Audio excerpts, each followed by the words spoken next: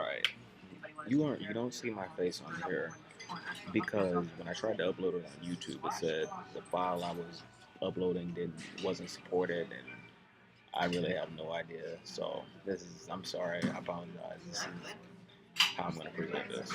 This is my third time doing this. Absolutely ridiculous. But the purpose of evidence, it helps prosecute a suspect. It backs up any claims made by a witness or a prosecutor or whoever. Um, that's really the simplest term out of all of these. All right. The discovery of evidence. I'm sorry. Once evidence is discovered, it has to be taken to an evidence locker.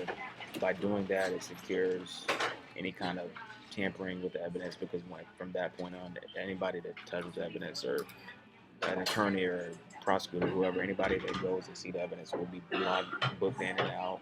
And with that being said, if something goes wrong with the evidence at the trial, then they can look back and see, well, this person booked it out, and this is when it happened. And I feel like it's more of a security procedure towards evidence.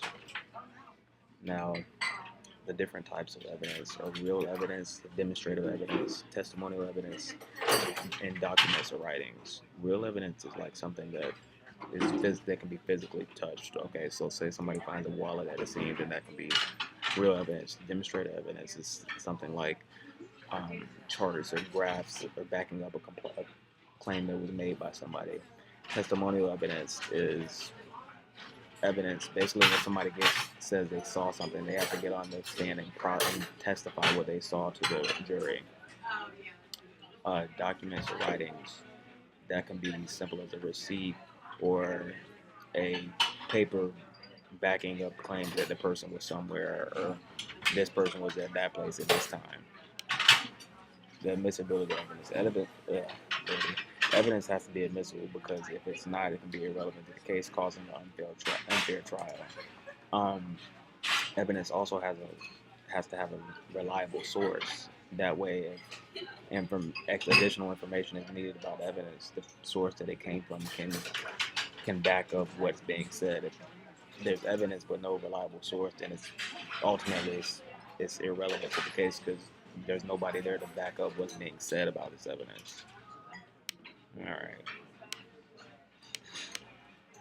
Privileged information regarding evidence is basically, the way I see it, is the right to refuse.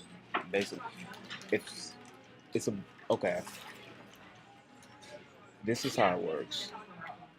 The federal courts have to recognize rights to witnesses, attorneys, whoever. That way, they basically have the right to refuse the answer or refuse to talk to.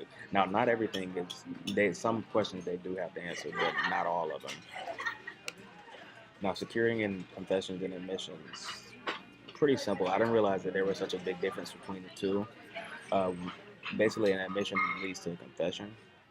And with that being said, an officer might ask a couple questions, one leading to another, and then in the end, it's ultimately going to lead to a confession if it's done the right way or if the person is actually guilty. That's what happens when they drill the same question down somebody's throat for hours and hours. Then they take a different approach, and then it eventually leads to a confession. All right, I apologize if I sound like I'm out of breath. It is because I have been recording all morning, and it was really disappointing that I recorded it and I couldn't upload it on YouTube for the original website that you requested. So, again, I apologize and thank you.